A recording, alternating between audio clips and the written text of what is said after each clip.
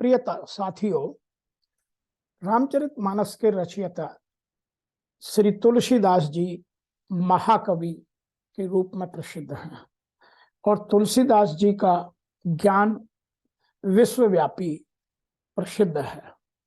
तुलसीदास जी ने अपने ज्ञान का लोहा हम लोगों को न केवल रामचरितमानस में बल्कि उनके अन्य साहित्य जैसे कवितावली, दोहावली और बहुत सारी अन्य साहित्य में भी अपना लोहा हम लोगों को मनवाया है।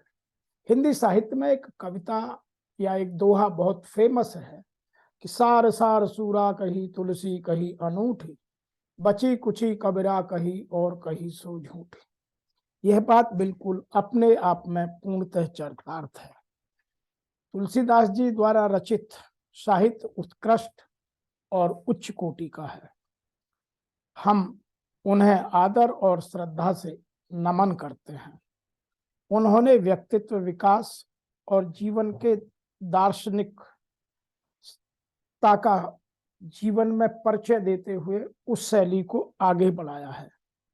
विपत्ति के समय में मनुष्य को किन चीजों पर विशेष ध्यान देना चाहिए या क्या चीजें साथ देती हैं, वह उन्होंने इस तरह के व्यवहारिक ज्ञान में जगह जगह हमें बताने की कोशिश की है।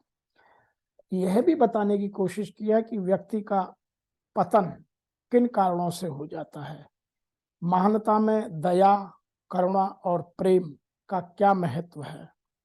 अपने ईश्वर के प्रति तुलसीदास जी कितने समर्पित और कितनी श्रद्धा और विश्वास रखते थे, उसकी चरम सीमा उनके व्यवहारिक ज्ञान में दिखाई देती है। परिवार का मुखिया कैसा हो, राष्ट्र का मुखिया कैसा हो, उन्होंने अपने साहित्य में इन सब चीजों की चर्चा भी की है। और समय कितना बलवान होता है, इन सब चीजों की चर्चा कर आज उनके जो प्रसिद्ध दोहे हैं उनसे कुछ हम समझने की कोशिश करेंगे। सबसे पहला दोहा लेते हैं। तुलसी इस संसार में भांति भांति के लोग, सबसे हंस मिल बोलिए नदी नाव संयोग। तो तुलसीदास जी अपने दोहे में कहते हैं कि इस संसार में भांति भांति के लोग हैं। अच्छे भी हैं, बुरे भी हैं, कामी हैं, क्रोधी हैं, विश्वासी हैं, श्रद्धावान हैं, भक्ति वाले हैं, क्रूर हैं, दयालु हैं, निष्ठुर हैं, तरह तरह के लोग हैं। हमको सबसे मिलकर के चलना है, सबसे हंस बोल कर चलना है, सबके साथ मित्रता का व्यवहार करना है। कैसा व्यवहार करना है? जैसे नदी में नाव करती है। नदी में नाव इधर से उधर घूमती रहती है, ना कभी नदी को डिस्टर्ब करती है, ना कभी कोई हलचल करती है। तो हमें अपने जीवन में इस तरह का व्यवहार करना चाहिए। इसी तरह उन्होंने एक दूसरा उदाहरण देकर के हम सब लोगों को समझाने की कोशिश की है। आवत ही हर से नहीं, नैनन नहीं सने, तुलसी तहान जाइए कंचन बरसैले। यदि किसी के दिल में आने से प्रसन्नता ना होती हो और उसके आंखों में प्रेम नजर ना आता हो तो वहां कभी नहीं जाना चाहिए, चाहे वहां भले ही सोना क्यों ना बरसता हो। मतलब आपको कितनी ही धन संपदा की प्राप्ति क्यों ना हो, लेकिन फिर भी यदि उसके जाने से उसके मन में प्रेम और उसके आंखों में आपके प्रति स्नेह नहीं उमड़ता है तो वहां जाना व्यर्थ और वर्जित है।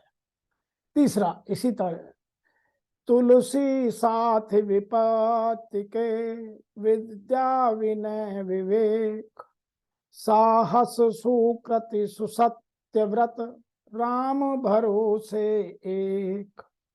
विपत्ति के समय में हमें 7 गुणों का प्रतिपादन अपने जीवन में करना चाहिए। नंबर 1 आपका ज्ञान, विद्या। दूसरा आपकी विनम्रता, जीवन में सरलता। तीसरा आपकी विवेक, बुद्धि। चौथा आपके भीतर का साहस। पांचवा आपके अच्छे कर्म, सुकृति। छठवां आपका सत्य बोलने की आदत और 8वां अपने ईश्वर के प्रति विश्वास। तो ये 7 गुण जिसमें हैं उस पर कभी विपत्ति पहले तो आएगी नहीं, और आ भी गई तो कोई नुकसान नहीं पहुंचा सकती। इसलिए इन 7 चीजों का साथ कभी नहीं छोड़ना चाहिए। अगला ज्ञान, काम क्रोध मद लोभ की जो लो मन में खान, तौलो पंडित मूर्खो तुलसी एक समान। जब तक व्यक्ति में काम, क्रोध, मद और लोभ, ये 4 अवगुण या दुर्गुण हैं, तो तब तक उसके मन में इनके प्रति श्रद्धा है, तब तक पंडित और मूर्ख में कोई अंतर नहीं, दोनों एक समान है। तुलसीदास जी कहते हैं दोनों को समान समझना चाहिए। कपड़े पहनने से या केवल मुंह से कुछ बात कह देने से यदि व्यवहार में ये चीजें नजर नहीं आती, काम क्रोध मद लोभ यदि भरा पड़ा है व्यवहार में, तो दोनों में कोई अंतर नहीं है। अगला उदाहरण, दया धर्म का मूल है, पाप मूल अभिमान, तुलसी दया न छाड़िए, जब लग घट में प्राण। तो तुलसीदास जी कहते हैं कि दया जो है, करुणा जो है, वह धर्म का मूल मंत्र है। यदि आपको धार्मिक बनना है, अपने आध्यात्म को जगाना है, तो दया और करुणा को अपने जीवन में आगे बढ़ाइए। और पाप का जो मूल है, जब आप अहंकारी हो जाते हैं, अभिमानी हो जाते हैं, अहम में फंस जाते हैं, तो वह पाप आपको कराने लगता है। सारे अवगुण अभिमान से आते हैं। इसीलिए तुलसीदास जी कहते हैं कि जब तक आपके शरीर में प्राण है तब तक दया का साथ मत छोड़िए। अतः जहां मौका मिले वहां दया, करुणा और प्रेम का व्यवहार सबके साथ कर जीवन में खुशी पाइए और खुशी बांटिए।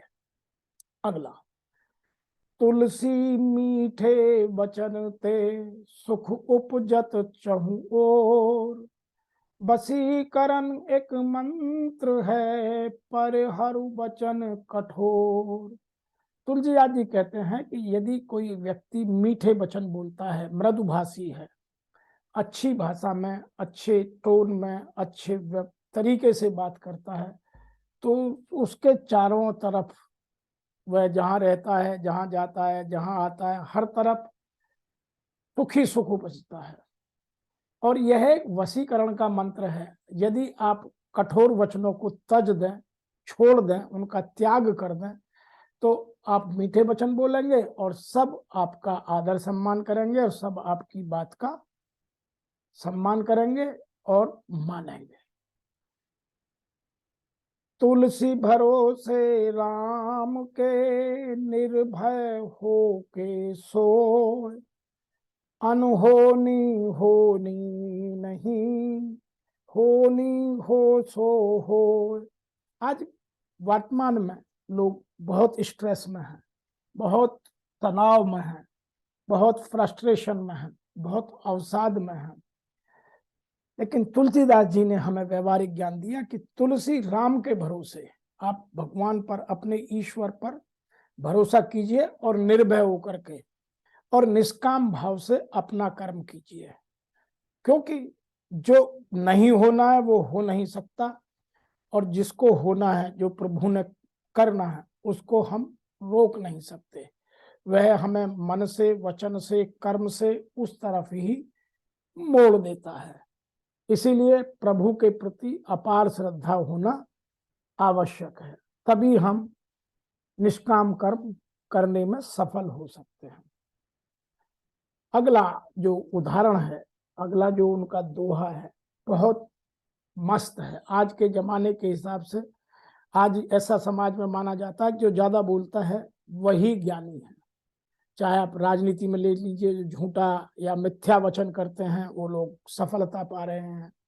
व्यापार में देखिए, नौकरी में देखिए, अपने पेशे में देखिए, अपने समाज में देखिए, तो आज एक ये बड़ी विडंबना हो गई है कि जो ज्यादा बोलता है वह ज्ञानी बन बैठा है। जबकि तुलसीदास जी कहते हैं, तुलसी पावस के समय धरी को किलन मौन, अब तो दादुर बोल हैं, हमें पूछ हैं कौन। कुछ लोग इसको दूसरी तरह भी गाते हैं, तुलसी पावस के समय धरी कोकिला मौन, अब दादुर भक्ता बहे हमको पूछत कौन। तो ये कहते हैं कि जब बरसात का मौसम आता है, पानी बरस जाता है, तो कोयल मौन हो जाती है, क्योंकि जो जमीन में छुपा हुआ मेंढक है वह बाहर आकर बहुत टर टर बड़ी जोर से आवाज निकालता है, इसलिए कोयल शांत हो जाती है। तो आज वर्तमान में इसका उलट है, जो ज्यादा बोलता है वही ज्ञानी हो गया है, चाहे समय कोई भी हो। लेकिन यदि हमें समाज में सम्मान पाना है तो कोयल की तरह जब इस तरह से मौसम हमारे विपरीत हो और दादुर तरफ बोल रहे हो तो हमें चुप हो जाना बहुत अच्छा उपाय है।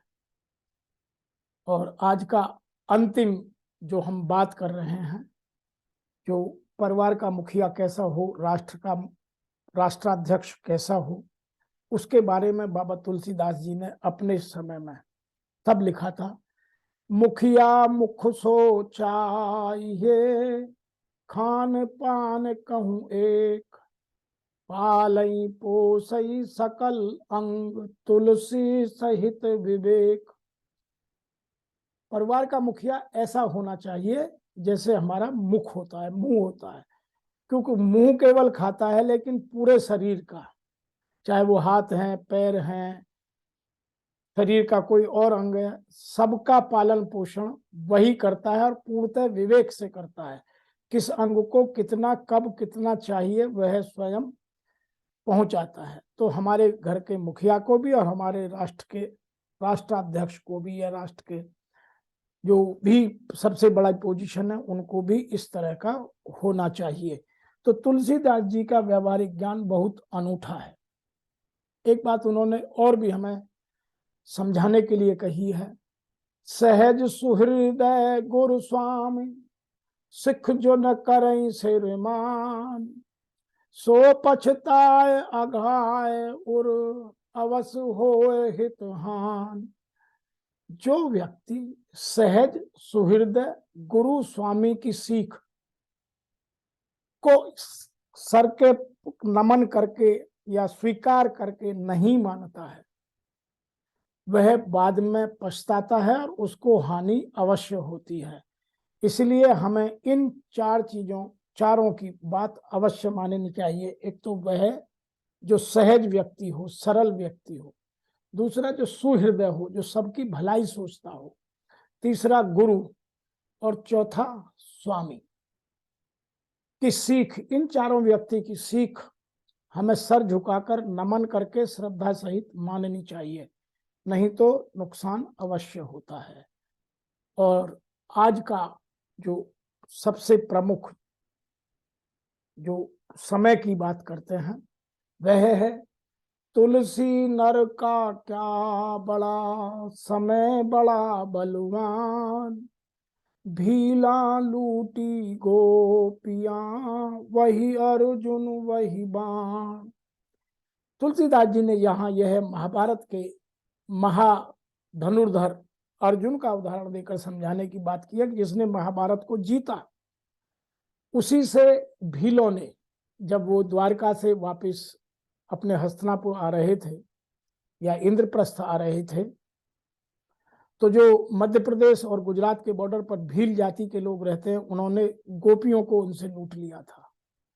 तो तुलसीदास जी ने यहाँ वह उदाहरण देकर हमें समझाया कि तुलसी नर का क्या बड़ा, हमारे मानव की कोई बड़ाई नहीं है, बड़ा होता है समय। समय हमारे फेवर में है, हमारे पक्ष में है, तो हमारे सब काम सिद्ध होंगे और हम बड़े होंगे। और यदि समय हमारे फेवर में नहीं है, हमारे विपरीत है, तो हमारा वही शरीर रहेगा, वही बुद्धि रहेगी और हमें छोटा सा अदना सा ना कुछ आदमी पछाड़ सकता है, नुकसान पहुंचा सकता है, हानि कर सकता है। तो हमें इन चीजों को अपने जीवन में समझकर अपने जीवन में सुधार लाने की आवश्यकता है। मैं आशा करता हूं कि आपको यह व्यवहारिक ज्ञान अवश्य पसंद आएगा। आप स्वयं अपने जीवन में उतारने की कोशिश करें, अपने मिलने जुलने वालों को, अपने मित्रों तक इस वीडियो को पहुंचाएं और मेरे चैनल को सब्सक्राइब अवश्य करें और अपने आने वाली पीढ़ी को, युवा वर्ग को, चाहे वह युवक हो या युवतियां हैं, उन सबको इस चैनल को अवश्य सब्सक्राइब कराइए, क्योंकि हम पूरी कोशिश कर रहे हैं, मैं और मेरी संस्था डूअर्स पैराडाइज फाउंडेशन, कि हम अपने रामचरितमानस, गीता जैसे प्रमुख साहित्य से अच्छी अच्छी बातें निकालकर आज के वर्तमान परिप्रेक्ष्य में कैसे उनको प्रयोग में लाया जाए, कैसे अंधभक्ति से या जो हमारे चीजें व्यवहारिक नहीं रह गई हैं उनको फिल्टर करके हम व्यवहारिक ज्ञान को कैसे और उन्नत कर सकें। इसी आशा के साथ और इसी प्रेम के साथ कि आप हमें सुनेंगे, हमें लिखेंगे और हमारा मनोबल अवश्य बढ़ा।